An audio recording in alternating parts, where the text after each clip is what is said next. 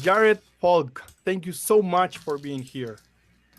Thank you for having me. It's fun to be here, and I'm looking forward to a good conversation. Very good. Jared, today we're going to be talking about online education, specifically in the world of music, media, your story with business. And I have to tell the audience that I'm really a fan of yours. Jared, you founded and created Drumeo. I'm a drummer. I love drums, and I watched so many videos that even changed my perspective on how to approach the drums. Right? I remember one specifically with Mark Juliana and other videos that blew my mind. Um, and I'm super proud. I enjoy interviewing people, but getting you here is really a very very nice moment for me. So thank you for that. And I want to get started with the basics. What do you do today for a living? What do I do today for a living? My goodness, man, I do so many different things now.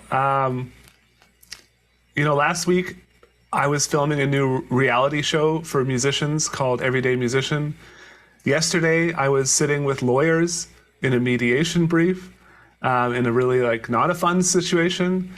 I'm in product meetings and sitting in boardrooms talking with our team about what we're going to build, what sorts of technology and media we're going to create.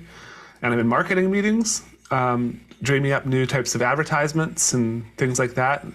And then a couple weeks ago, I was touring. I play with drums with a thing called the Rob Nash Project, and it's all about mental health awareness for youth. And so that's more of a charity thing, but it's a lot of fun getting to play drums in a rock band. And so I do a little bit of everything, and I think that's what I actually need. I need lots of diversification in what I'm doing. And I mean, obviously I play drums pretty much every day. Very nice, very nice. And so, Yeah. And so you're leading Musora. Musora is an e-learning platform where students can learn everything from drums to piano to guitar to singing. Right? It's huge. You have, for the benefit of the audience, let's talk size. How many active students do you have right now? I believe we just broke 95,000 active students that are subscribed to the platform. It's $30 a month or $29 a month or $240 a year for people to access the platform. And so, yeah, there's people that come and sign up every month and every day. And then there's people that obviously leave. Not everyone stays forever. So right now we're at 95,000. Wow, it's amazing. Congrats on all the success that you had, and I'm sure you will continue to have.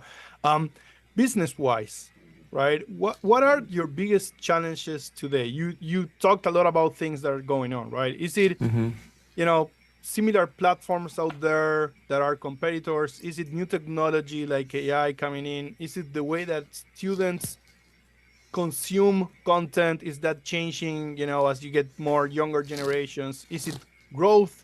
Is it retention? What are the biggest, things that you talk with your pillow at night that help you? Yeah, I would say one of the big things in music education is the idea of churn. And so people start to play, and whether they start to play with us, which a lot of them do, like we pride ourselves in being really good at taking someone from never having played an instrument or not having played in many, many years to starting. So we always say we take people from 0 to 1. And that process of starting and being bad at something is really hard for a lot of people.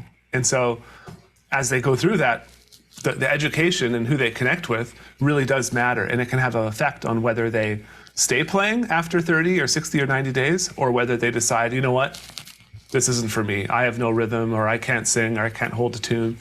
And then they choose to quit. And I heard some stat many years ago that around 90% of new students quit playing their instrument. And at Musora, we believe in a world where everyone plays music. And we think the world would be better if everyone was able to speak the language of music with each other. It's a universal language, right? And so the idea of getting people started, which we're really good at, is awesome. But then the challenge becomes making sure that they stay playing music and they stay engaged in the instrument and don't get pulled away through other things like social media addiction or watching Netflix or doing things that maybe aren't as productive or life-giving for them or life-giving for what we think music can be.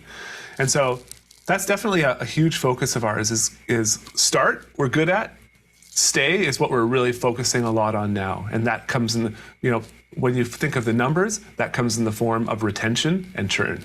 Reducing churn, improving retention.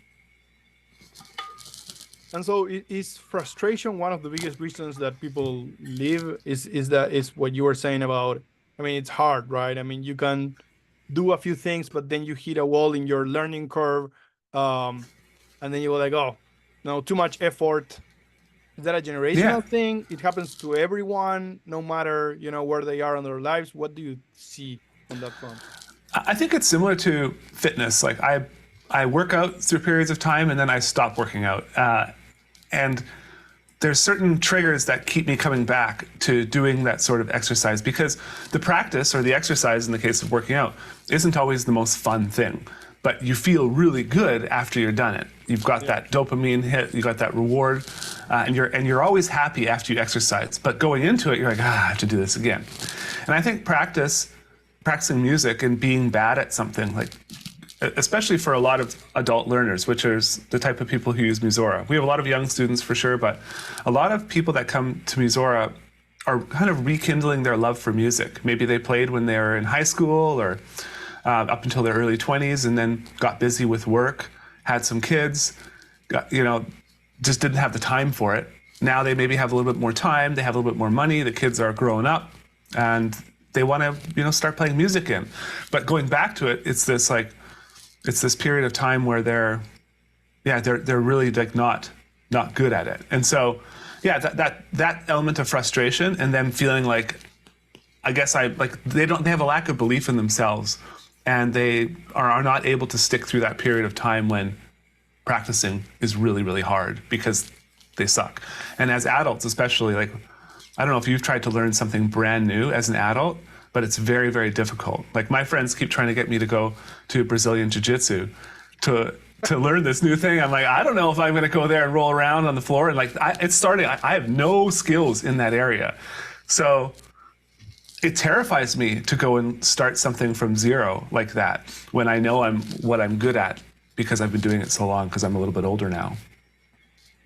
And I've seen that you talk about, for example, 10 minutes per day of practice, right? Don't go crazy. You can do more, of course, but if you just do 10 minutes per day, right, that's going to make a difference. So you're trying to eliminate barriers to that frustration, right?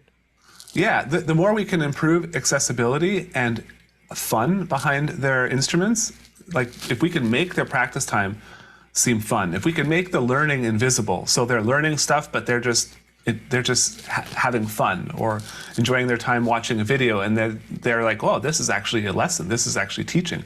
Or in some cases, we have a new format called challenges, which is more of like when the video starts, you start actually practicing with the instructor. So it's not like you go and watch the video and then go and practice. Like the practice is, you click, or we say just press play, and we call it our play to learn format.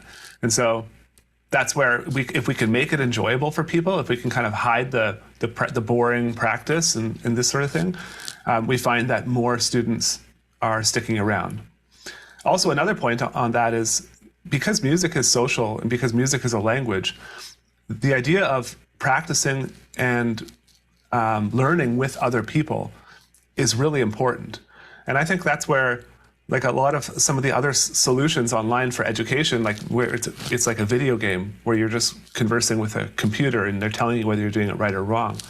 Although that's really good to kind of get people started, it doesn't actually solve the problem of them communicating with other people in that language.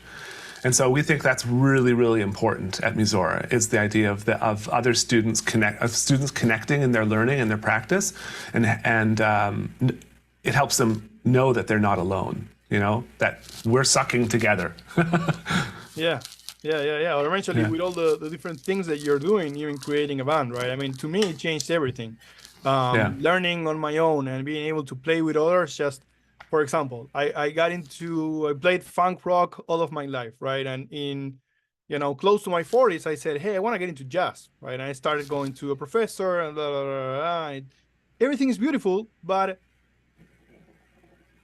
going from that part of the theory and just playing with a band, it changes everything, right? The minute I got into a band and we started like rehearsing standards, etc., things started falling into place, right? And today, I have friends that, during the pandemic and everything, they just started creating bands like with collaborators online. I'm sending you this piece, you put the drums on it, etc.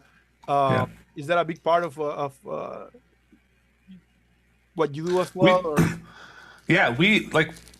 So up until around 2 years ago, our platforms were separate. So if you wanted to learn drums, you go to Drumeo. If you want to learn piano, you go to Pianote and singing. But Musora is the parent company, and we built a unified platform with Musora. And so all of these channels are under one roof. So students can now, with their one membership, one fee, they get access to all the lessons in all 4 platforms. So students jump around from the Drumeo channel to the Pianote channel, and then they communicate and they can collaborate in that way. And we really are excited to build more features to help support that. The unification was, and the way we did it was a kind of a big, it took us a couple of years to do it the way we wanted to do it. But now that it's done, we were focusing on adding bass, because bass is not a channel we have right then, but then building more social features in to help them connect. And I would say it'd be cool to have a band that gets created on Musora that goes on to get a record deal and goes on to tour, and they're like Musorans taking over the world. I love that thought. And it'd be cool if we could just be a small part of people's musical journeys in that way. I definitely see it happening. You have all the pieces, they will come together. So I definitely see that happening. We can do another episode once that happens. Thank you. I would like to go back and know more about your story. Tell me, when and how did you start playing drums? Yeah, so I grew up in a relatively musical family. My grandpa was always playing guitar and singing. They had singing groups, and we always went to church, and music was always a big part of that. But then it skipped a generation. Like, my dad was not into music. My dad is very much a businessman, very successful businessman. And that's where I've learned most of what I know about business is attributed to my dad and my grandpa and my brothers and family in general.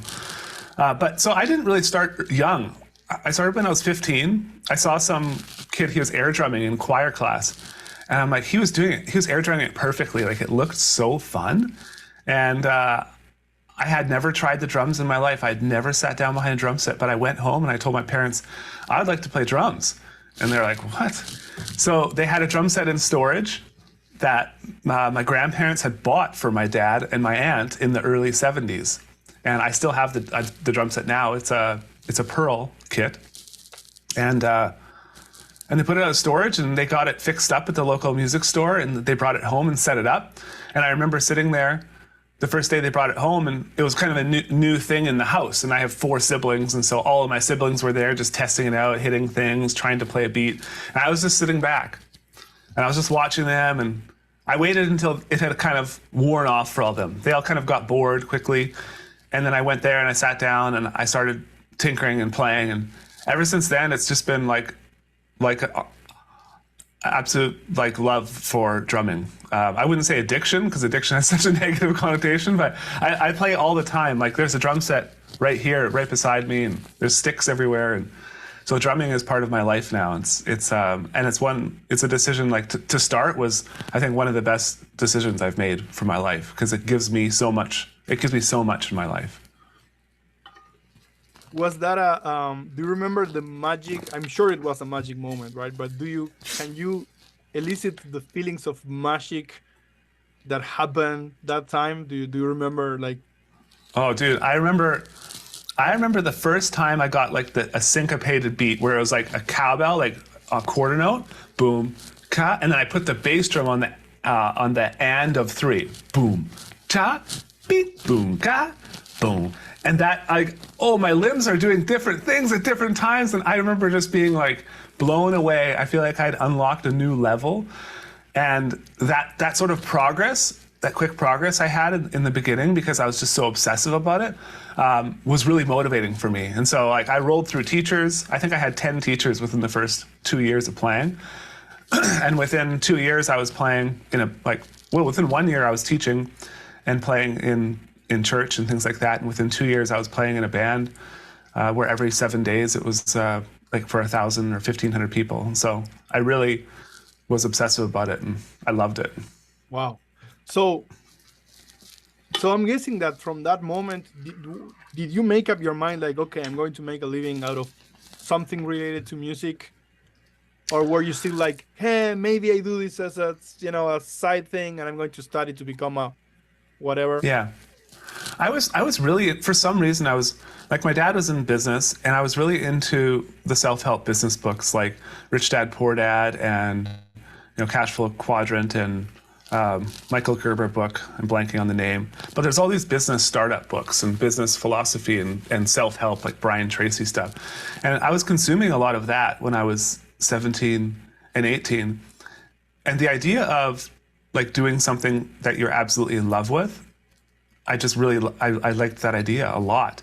And not like I didn't, like we have a family business. I was destined to be a farmer. I was destined to go work in construction. Like there's a lot of opportunity in the area and there's a lot of great people in those industries. But I really had this dream of somehow getting up in the morning and being able to sit behind a drum set and being my job and not having to use an alarm clock unless I really wanted to. And so once the internet came out in we got it in like around 96 or 97. And then 1999, I bought this ebook. It was called 101 eBay Secrets. It's like how to make money on eBay. I'm like, okay, here's my pathway. eBay was the platform. And so, yeah, that was my kind of first step into doing that. And I started flipping drums. That's what I did. So I've always liked sales. So I would buy a drum set, find something for cheap, and then flip it and sell it for more. And I was doing sometimes 5 or 10 drum sets every month. Do you find that you have a wonderful and weird mix of business acumen and music, right? In you, right? It's beautiful, and that's you. You're a hero for that. Thank you. Do you see? Do you run across a lot of musicians that are like that, or do you see that sometimes musicians don't have that kind of business acumen or don't like thinking about business, or is that just a stereotype? I think there are like very hardcore artists, and I would say we need those. Like we need artists that literally cannot do anything else other than art and suffer for their art. You've heard that term before, and like be fine with like not having a lot of money or resource. For me, I had to find a way to for it to be sustainable, for me to build a career, support my family. Like that was really important to me. And so connecting what I do on the arts and creative side to the business world, I say it's very much like I have to turn off my artist sometimes, my artist side, and be like the feeling and the creativity and all this sort of thing, and go to like the business, which is very like it's objective. It's like it's right or wrong. Like here are the numbers. Should we do that or should we not? Or here are the numbers. Should we hire this person or let this person go? And there's not a lot of room for the similar amounts of creativity or artistry in that. But then when I come to play drums or when I go play a gig, I fulfill a lot of those needs. And so, yeah, I just have to switch back and forth, and business in general. Like there's a lot of creativity in business, and I've had conversations with people in because we have an IT department, we have a finance department, I have a people and culture department, I have marketing, we have product, and I've had finance people tell me like, oh, there's, we don't do what you do, or we just deal with numbers, and there's no creativity for us to do this. And I'm like, that's absolutely untrue. I think there's so much room for creativity in every single industry, and so if you're an artist, if you're a musician, and you think that you can't be in finance or you can't do HR, you can't do development or IT, then I think you're wrong. There's a lot of room for creativity in those industries. For sure. When did Drumeo get created? You are in eBay. You are flipping drums. What happens after? Yeah, so I went on tour after high school, and quickly realized that I'm not built for life on the road. I'm like a bit of a homebody, but more than that, I like to be close to family and my friends. I need regular human interaction with my group of people. And I found that when I was touring with some of my great friends, that I ended up not liking them as much because you're trapped in a van with them. And so, excuse me. So when I came back from tour, I went back to working on our family farm, and one of my previous teachers, a guy named Lionel Duperon, he was stopping teaching. He had been teaching for 20 years, and he had around 40 students, and he's like, you can have all my students. I'm like, really? He didn't even want any money. He's just like, here you go. Here are their numbers. I've told them all you're a great teacher, and they're expecting your call. So I'm like, okay. So I started going through the list, and I think around half of them stayed, because a lot of them maybe quit, or a lot of them went on to another teacher that they had a connection with, because they didn't know me from anyone. There was no social media back then or anything.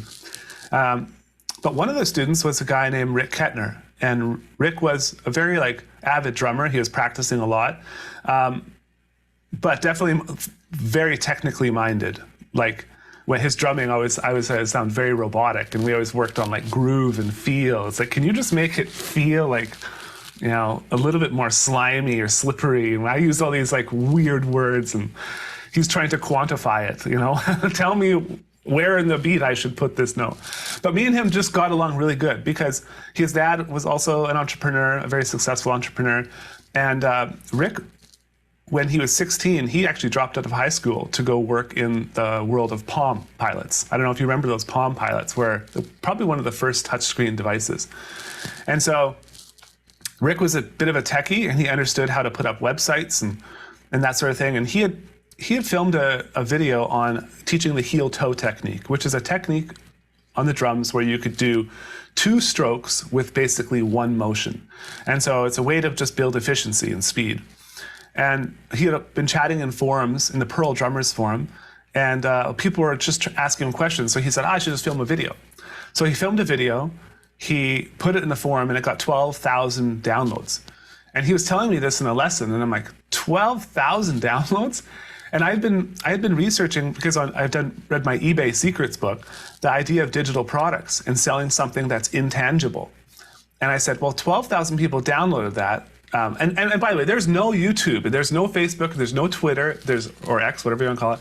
There's none of that at this time. So we didn't know if 12,000 downloads was good or bad or anything. We were completely oblivious to that fact. But yeah, we said, let's start selling digital downloads. And so I said, I'll be the teacher, I'll create the lessons, and he'll film them, edit them, and put them online, and build a little sales page that people could check out. And so that was around 2003, and that's when it started. And the idea of putting a video on the internet then was more challenging. So that's where, when 2006, when I believe Google bought YouTube, and they made it free to put videos up or something like that, we're like, we can put videos there for free and they won't charge us anything. And we're like, how do they do it? And so that was it was such a happy accident, us starting in that way and putting those YouTube videos out there. And I mean, we actually ended up switching to DVDs in 2005 because people were not ready for digital downloads in 2003 and 2004. So we switched to DVDs, went back to, Drumeo actually started in around 2009, 2010. The name, and then the membership kind of evolved over there. But so yeah, we went through a lot of trial and error for those first few years before we finally figured out, okay, we like the Drumeo membership. You sign up, you get new lessons regularly, and you get connections to the greatest teachers in the world. Was your kind of your mission or your driving objective always clear, or was that changing? How much of the strategy existed back then, or how much of it was emergent strategy as you kept learning things? Did you imagine in your wildest dreams a Musora, or? Well, when Netflix came out, I was really intrigued with the idea of this large body of content that people would pay to have access to. But we didn't know much about like OTT platforms, and I don't even know if those existed, that term existed then. But we knew that this idea of creating a community where students could go and connect and hang out with each other and learn from teachers was something that we were starting to have some success on. So in some ways, like, did I envision back then what Musora is today? No. But we were kind of slowly working towards like growing. The idea was to build a business, a bigger sustainable business. And once we kind of started doing stuff in drums, we said, you know what, we're doing this in drums. Why don't we just try and do it for piano? And then why don't we try and do it for guitar and singing? And so we did that with a lot of failure early on, but then we started to figure things out and learn. And that's really what it's been. It's just been like, Chad, our CMO, always puts it like, we're just building in the wild. Like, we're building for everyone to see. So when you see, like, I'm building Musora now, and when you see us posting content and doing social media posts, like, we're literally just trying stuff, and we're going to figure out what works, and then we're going to do more of that, of what works. Like our Here's a Song format for Drumeo was an accident, how we found that. Like, we were at dinner with Larnell Lewis, and Larnell said he's never heard Enter Sandman. So like, well, let's do Enter Sandman. You hearing it for the first time. And that's how it comes. So the idea of like, you do stuff, you learn, and then the strategy evolves as you learn. And then you kind of like, because you're publishing so much and getting feedback from the audience, the more you can publish, the more feedback you get. And that was like, that's a really important thing for how we develop and create media and technology for our students. So in your platform, in your videos and shows, you have so many amazing drummers and musicians, right? When did you like realize that you were attracting that type of talent, right? What was the first maybe idol that you brought in to do a recording with you at Drumeo? You were like, we got this guy to say yes, right? Yeah. The first one, when it was like, we're pulling our hair out, like, oh my, what are we going to do, was Tony Royster Jr. And that was like, I was doing all the videos. Like, one year I did over 300 videos myself. And at the end of that year, I was like, I don't know if I have anything left to say. You know, I'm kind of tapped. So we need to bring in other people. And we saw some other people in the industry doing like, you know, their name lessons. So it was like this person's site that they had their lessons. And I was thinking, like, do I want this to be like Jared's lessons or something like built off of just me doing all the videos? And we just decided, no, we don't want that. And so then that kind of framed where we went. And so we need other instructors to help fill in the gaps, because I think it was one time I taught a Brazilian groove, like a songo.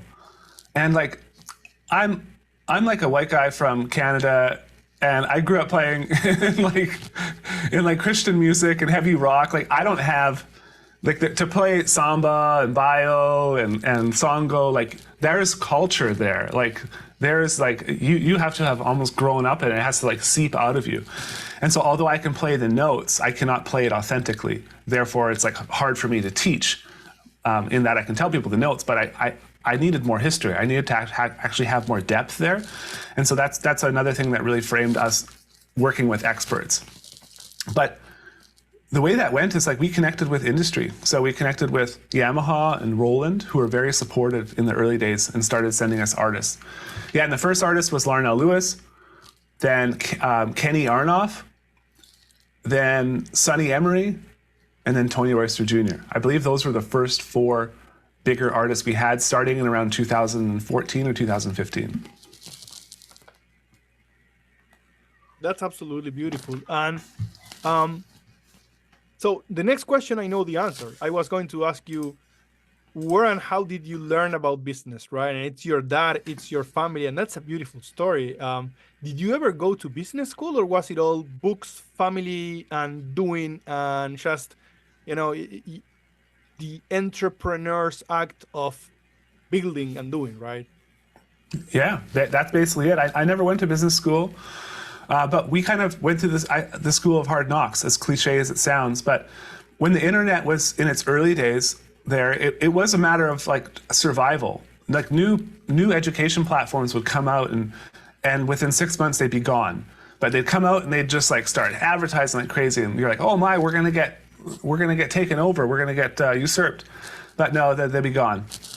And so in the early days, we were buying Google ads in around 2004, 2005, and Google all of a sudden changed their requirements, and so they turned off all of our ads because they didn't like our landing pages. So we're like, oh, our business went to zero overnight. That sucks. Okay, let's learn search engine optimization. So we learned search engine optimization, and we started doing a lot of that. And then Google changes their algorithm. So okay, that's not working as well. We're still getting some. Okay, so let's do affiliate marketing. So then we learned affiliate marketing, and then okay, that's kind of working well, but now there's social media. There's this thing called Facebook and Instagram. Oh, let's start doing that. And then YouTube. And then it's like, so because all these things slowly rolled out, we were forced to learn. We were forced to adapt and survive. And our business had to evolve. And so that gave us the benefit of like, if we wanted to survive, if we wanted to stay in business, we needed to learn these new things. And so that's kind of how I've learned business. So doing the work, and then as well as like along the way studying. I read lots of like Google ad books and SEO books and affiliate marketing books and brand building books and like just tons. I would say hundreds. But that's the way we kind of do it. We build in the wild and we learn as new things evolve with how people are consuming media and education online. As a CEO, sometimes, and sometimes I agree, people say that being a CEO, it's kind of it's a lonely place to be at, right? It can be, you can surround yourself with great people, but at the end of the day, the buck stops with you, and so that's a lonely place, right? Do you join other type of CEOs group, or do you have a support network outside of the people that work with you, or do you just stick with the people that surround you and you work with and your partners, etc.? Yeah, well, first I'll say, and this might come as a surprise to you, but I'm not the CEO. I used to be up until I believe it was around 18 months ago. Now I still am very active in the business, but I hired my brother to run the business. So as my brother's been there for like 16 years, and he became the COO. And over the time of COVID, I was like spending 30 hours a week in a boardroom, and I was really missing my time getting to create and do play gigs and this sort of thing. So I offered the role to my brother. His name's James, and James accepted. And so now me and him still work incredibly close on the business vision and strategy. But on a day-to-day basis, he's there with the team executing, doing a lot of that operational work. And it allows me to stay more in the clouds and vision, try and envision where we're going as a corporation. But yeah, you're right. It is very, very lonely. And so one thing I focused on, I think it was around 2015, I made it a point to really build out my leadership team and make sure I chose my, 5 to 7 soldiers that were going to be by my side, and made sure that they are happy with what they're getting paid, make sure that they were happy with their role, and then regularly check up with them to always on some sort of frequency to ensure that we're moving in the right direction and they're also happy. And so because of that community building that we've done internally, a lot of our executives, the average tenure is over 10 years. So my leadership team has all been here for a really long time. And that's given us the benefit of now we have all their learnings. They've failed so many times through the business. But it's also given me this community of people that I can, they're my closest friends. And so I love all of them dearly. And we hang out and have barbecues and our wives go for dinner and girls' nights, and guys go for guys' weekends. And, and so we have a lot of fun with that. But I've also joined CEO groups. So I was part of a thing called Strategic Coach, which is a paid coaching program. I went to this thing called Nancy McKay CEO forums, which I found really helpful. So all business leaders and entrepreneurs get together, share stories and experiences to help learn from each other. And then private business coaching. I did that for probably 6 months at one time, which is, I'd say, one of the most valuable things I could recommend for entrepreneurs. is like you pay this person a lot of money, but you're paying them because you're kind of making it their problem to ensure that you do the things you said you were going to do. So they held me to account, and I couldn't just tell them I'd do something and then because no one holds the entrepreneur, the CEO accountable. There's no one else, unless you have a board. But so for me, it's like I really needed that person to say, hey, you told me you were going to put together a budget. Show me the budget, you know? And so, yeah, business coaching is really important. How did you, so you set out to create a great leadership team. How did you choose those leaders? What matters most? What's important to you for someone to be at that, you know, close circle of leaders that help you do what you do? Yeah. I mean, it's ideally I don't hire someone so I can, at that level, so I can tell them what to do. I hire someone at that level so they can tell me what to do. And I hire them and then they tell me what to do. We talk about it. We maybe make a few changes, things like that. But otherwise, then I let them do what they're supposed to do. And so great leaders at that level can run mostly autonomously. They definitely need feedback. They need the vision. They need all that. But they're very much someone who has the motivation to push on their own. And that's been really important for our leadership team, to have that sort of self-starter and that sort of autonomy and that desire for the autonomy. Also, I really like leaders that have a strong sense of urgency around projects, because, you know, in the world of product development and media, it's like, when is a video done? Like, when is development done? Like, you could just go on forever. Like, we could still be editing our first video. And so I would say there's like a cell phone video, and then there's Game of Thrones. And what are we creating here? Game of Thrones is like 8 or 10 episodes, and they spend $1 billion creating it. And then there's a cell phone video, which takes 30 seconds filmed with your phone, and it costs you nothing. And so you have to kind of go in with that vision and then determine like what is the balance of quality and quantity. And so I really value leaders that have an idea of how to balance that in a way that they know how to push things through. They know how to get things launched, but they also understand the idea of what quality Musora should represents Musora well. And so, and then like the final thing I would say is like my leadership team, like they're all great people. You know, you'd sit down and have a beer with any of them, and I swear, man, you would get along great with them. Like they're humble, but also confident. They're smart, but also curious and willing to learn. And they're just great people. And so everyone who comes to Musora speaks so highly of the people, of our team and our culture. And that's something I'm really, really proud of. That's beautiful, and it's weird. I know it's like looking at some of the videos and the production and the faces and the smiles. I don't know if what I'm saying is accurate or not, but I feel like I feel that. I feel it, you know, that type of camaraderie shows up in whatever content you're putting out there. I know there's a lot of people that we don't see in those videos, right? But yeah, I think it shows up, right? How do you see technology influencing the future of music education? Let's keep it to music education. I think it's very exciting and also very scary. You know, as AI is eating the world, I really wonder about how students can better leverage this sort of technological advancement. And so we're thinking of it in terms of, like, let's say a student is practicing a drum beat, like my first beat, boom, ka, dik, goom, ka, this kind of simple beat. What if an AI could listen to that drum beat and just make music in real time to what I'm playing? That would probably make it more enjoyable, right?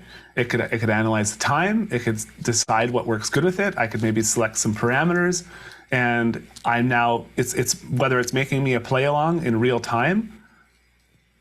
I think that will be possible with the level of computing and things that are happening. I can make songs with prompts now, so it makes sense that within a year or 2-3 years, I'll play a drum beat and it'll build a song around my drum beat. So I think that's going to be really important. Also, I was thinking about the idea of, let's say a student wants to learn a famous song. Like, what's your favorite song? Mine? Yeah. Oh, so hard to pick, but like the Blood Sugar Sex Magic album is one of the albums that influenced me the most when I was like 13 years old, right? So I Okay. would pick one there, like Right. Apache Rose Peacock, something like that, right? Like a Right. funky beat on it, and it's like and Chad Smith's like banging on it. It's like the snare is like Perfect exploding. example. Yeah. So let's say you're like, I want to learn some blood sugar sex magic, and so you could maybe type in a prompt, and with AI modeling, when it comes to voice and when it comes to being able to animate still images, you could technically have an AI avatar of Chad Smith teaching you to play that song. And going through and you could say, oh, can you play the second chorus for me and talk about what the hi-hat is doing on that chorus? Because you've probably seen apps like Moises and there's other ones where they remove the stems. Right. And so all this data is already out there. So if you connect some of that data of like what's happening in the song on the hi-hat and the snare drum and the bass drum, and then you train an LLM on how to and build a Chad Smith AI avatar, a student could take a lesson from an AI avatar of Chad Smith or any other famous artist. And so that's, I think, interesting for some licensing opportunities for those artists and things like that. But it's going to be wild, man. Like, that's just a few examples of, like, probably farther down the road. But that's where I'm like seeing some, like, we could talk for hours on that. I won't bore you too much. No, it's not. The weird thing is that, I mean, we could talk for hours because I'm super passionate about it. And I'm thinking, you put on your VR glasses and then you have all the band in front of you and you're playing with them, right? Maybe you don't have the opportunity to play with a band, and now you have the AI avatars for everything, not just Chad Smith as a coach, but the rest of the band, right? And that's like the weird thing is that it's like you said, it's not far away. It's not far away at all. It's very, it's going to happen very near. It gets crazy. So where does this, it's exciting and it's scary. And it's scary because as humans, we go like, okay, so where are we in the picture, right? And I know that Drumeo is super, and Musora is super into the human element, and I've heard you said that in interviews as well. You're not removing the human element. Actually, the human element is always there, right? You're just making it more practical, more accessible, more effective for people. So when you think about these challenges and these opportunities and everything, where do you see that the human element is going to stay or pivot or focus or maybe have more time to some specific type of thing? Yeah, our philosophy is relationships before technology. And so we prioritize connection with people over investments in technology. Or, to put it another way, we use technology, new technology, to leverage our ability to build deeper human relationships. And so there's many ways that we plan on doing that within the platform. And students can do it now. Like, students can connect with our teachers, students can connect with each other. And we hope to continue like using new technology to help them do that more so. I think it's going to be something like real human connection is only going to become more valuable as people experience more and more fake connection. And I don't know your feelings on social media, but social media is kind of like, it's a lot of fake human connection. It's not real. And so I think people recognize that, like, okay, what I'm chatting with some random person online. I've never met them. I don't know who they are.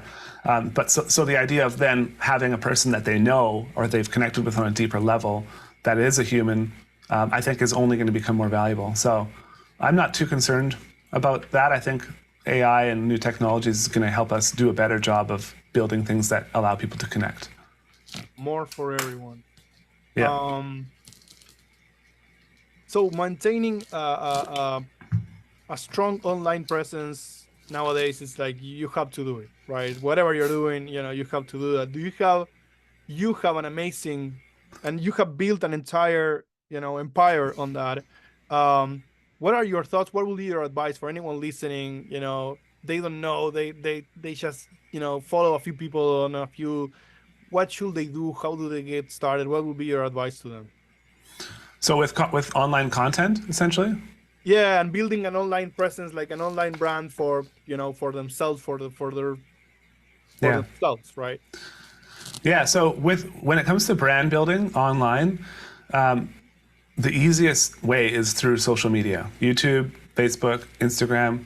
So figure out who you're actually wanting to create content for. What audience are you serving? And really think about it as serving that audience, because they don't owe you anything. You have no entitlement to that person's attention. So if you have no entitlement to that person's attention, then why should they care about your content? You have to ask yourself that question and be honest about it. Well, why should they care about your content? Does it entertain them? Does it educate them? Is it kind of a mixture of both? The cliche word, edutainment. So we focus, when it comes to how we develop content, we always ask ourselves those questions. Like, is this self-serving? Are we just talking about ourselves? And if so, then why should people care? So if I'm here talking about how great I am at doing this or this and that, and it's, on LinkedIn, it's really funny, actually. It's like people will add me and connect with me, and their first message is, we do this, and I want to book a call, and I want to tell you more about how we can do this, and all. It's like, whoa, whoa, whoa. Like, that's not how you build relationships with people. Like, you're trying to go too far with me on the first date here, And so I think you got to show me that there's some sort of synergy, and that there's a values alignment between my attention and what you're offering. So really focus on who you're serving and how you're going to help them, how you're going to make their life better through your content. And then once you do that, we build, I call them content machines. And so think of it like a conveyor belt, and at the end spits out the content that you want. And so then you have to put together the team, like who's going to be ideating what you're filming, who's going to be filming it and being in the videos, who's going to edit it, and then who's going to publish it, and then who's going to promote it. And that's that. You should have all those elements of that content machine. And then after that, who's going to go and look at the data and say, how did that work? Did we help people? Did we reach our goal? Did we reach the people that we wanted to reach? And so I think you have to think about it, again, going from the artist side, go to the business side. Think about it more objectively and try and put together a very clear picture of what you're doing, and be honest with yourself.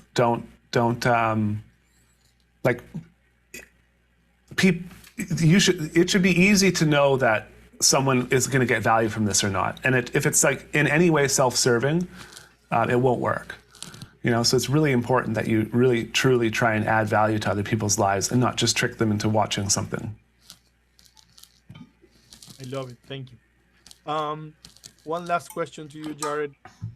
And this is I always ask this question, but with you it's weird, right? I always ask, what do you do when you're not working, right? But to you, playing drums, it's part of your work, right? And that's what's so beautiful about what you do. So when you're not, thinking and doing something for Musora, what do you do? It all kind of comes back to work, but I love real estate. So I have a real estate company, and we're doing different construction projects. When I was in grade 4, I said I wanted to be what did I say? I wanted to be a real estate agent, but I ended up now just owning different properties, and it's really fun doing real estate, although it's very slow. So it's kind of you have media and technology, which is super fast, and real estate development, which is okay, it's way slower. So I really like doing that. I really like just going for walks with my wife, hanging out with my kids, watching a movie. I really like cooking. Just cooking a nice steak with a few good sides is really a rewarding thing for me. I like fishing. The odd time I get to do it, a few times a year. And then biking, going for bike rides and stuff like that. So I try and in my time that I'm not sitting at a desk, I try and move my body. Although it seems less. I'm spending more and more time at a desk lately. Very good, very good. Jared, this was an absolute pleasure. I appreciate you taking the time. I hope we can stay in touch and sometimes do this again in the future. And thank you so much for being here. Yeah, thank you so much for having me.